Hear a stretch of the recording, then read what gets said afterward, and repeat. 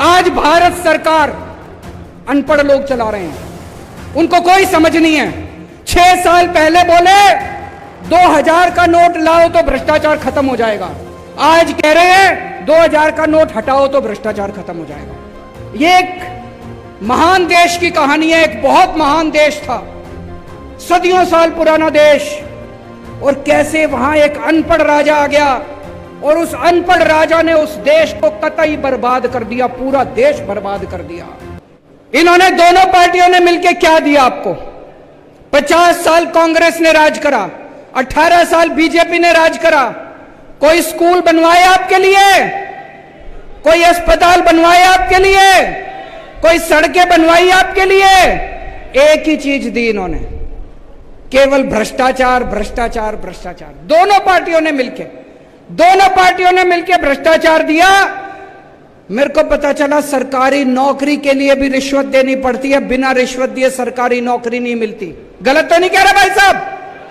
पैसे देते हैं तो सरकारी नौकरी मिलती है।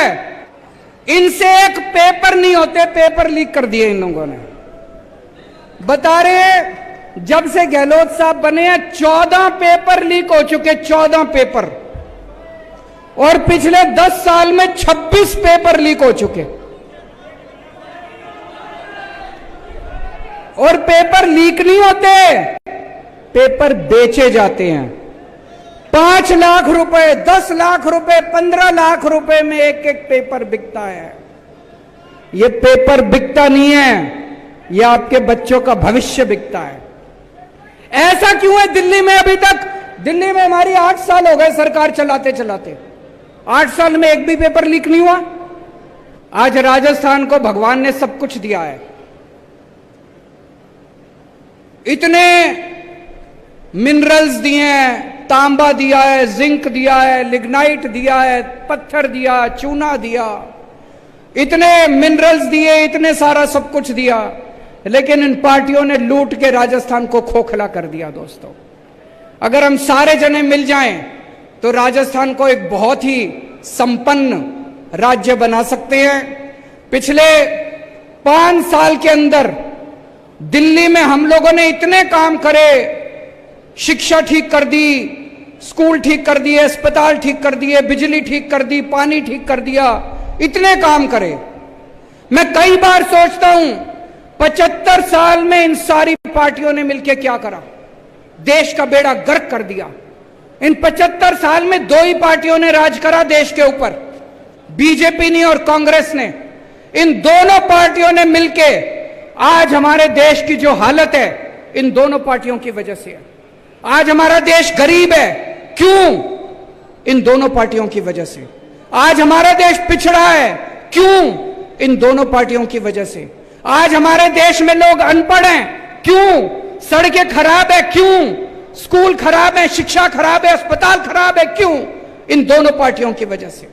अब टाइम आ गया पूछने का इन दोनों पार्टियों से। आपके घर वोट मांगने आए तो पूछना इन पार्टियों से कि 75 साल में तुम लोगों ने इस देश में क्या करा? कुछ नहीं करा। आज उम्मीद खत्म हो गई है लोगों को कि कुछ हो सकता है।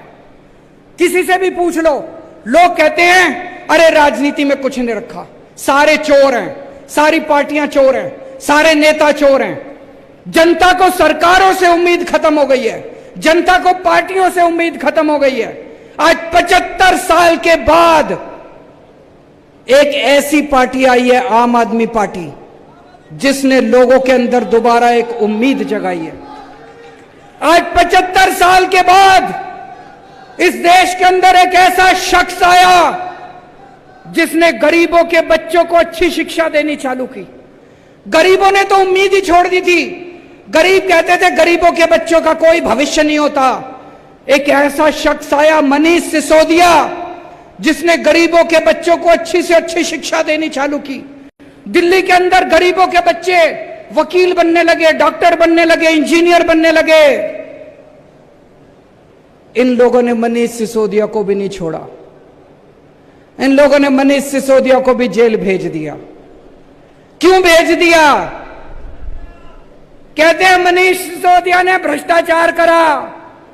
मनीष सिसोदिया सवेरे 6 बजे उठ के स्कूलों का दौरा करने निकलता है, मैं आपसे पूछना चाहता हूं, कौन भ्रष्टाचारी आदमी सवेरे 6 बजे उठ के स्कूलों का दौरा करता है?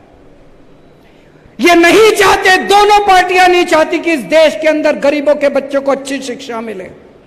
ये दोनों पार्टियां नहीं चाहती कि गरीबों के बच्चों को अच्छा भविष्य मिले।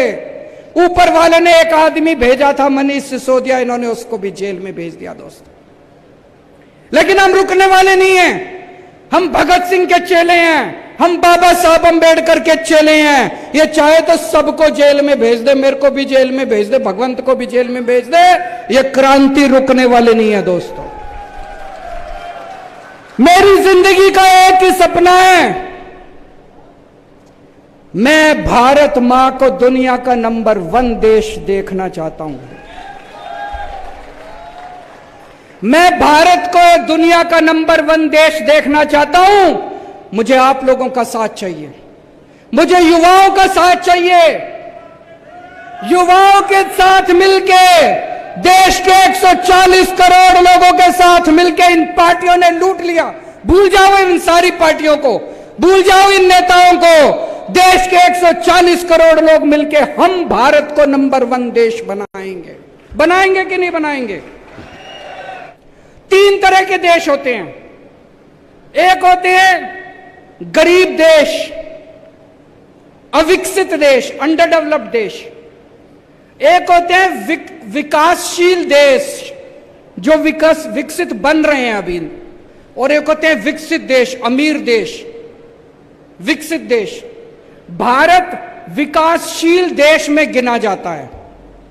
जब मैं छोटा बच्चा था, 5वीं क्लास में पढ़ता था, तब ये कहते थे भारत विकासशील देश है, 20 साल में भारत विकसित देश बन जाएगा।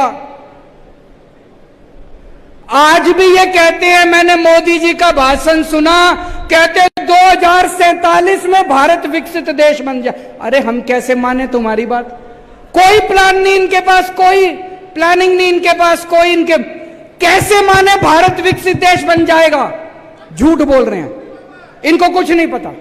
आज भारत सरकार अनपढ़ लोग चला रहे हैं, उनको कोई समझ नहीं है। 6 साल पहले बोले 2000 का नोट लाओ तो भ्रष्टाचार खत्म हो जाएगा। आज कह रहे हैं 2000 का नोट हटाओ तो भ्रष्टाचार खत्म हो जाएगा। एक दिन बोले नोटबंदी कर देते हैं। भाई साहब, जब नोटबंदी करी थी पूरा देश बर्बाद कर दिया इन्होंने, कोई उसका फायदा नहीं हुआ। 20 साल पीछे चला गया देश, 20 साल पीछे चला गया देश। आज अगर पढ़े लिखे होते केंद्र सरकार के अंदर, कभी नोटबंदी नहीं करते, कभी किसानों के कानून नहीं लेके आते। ये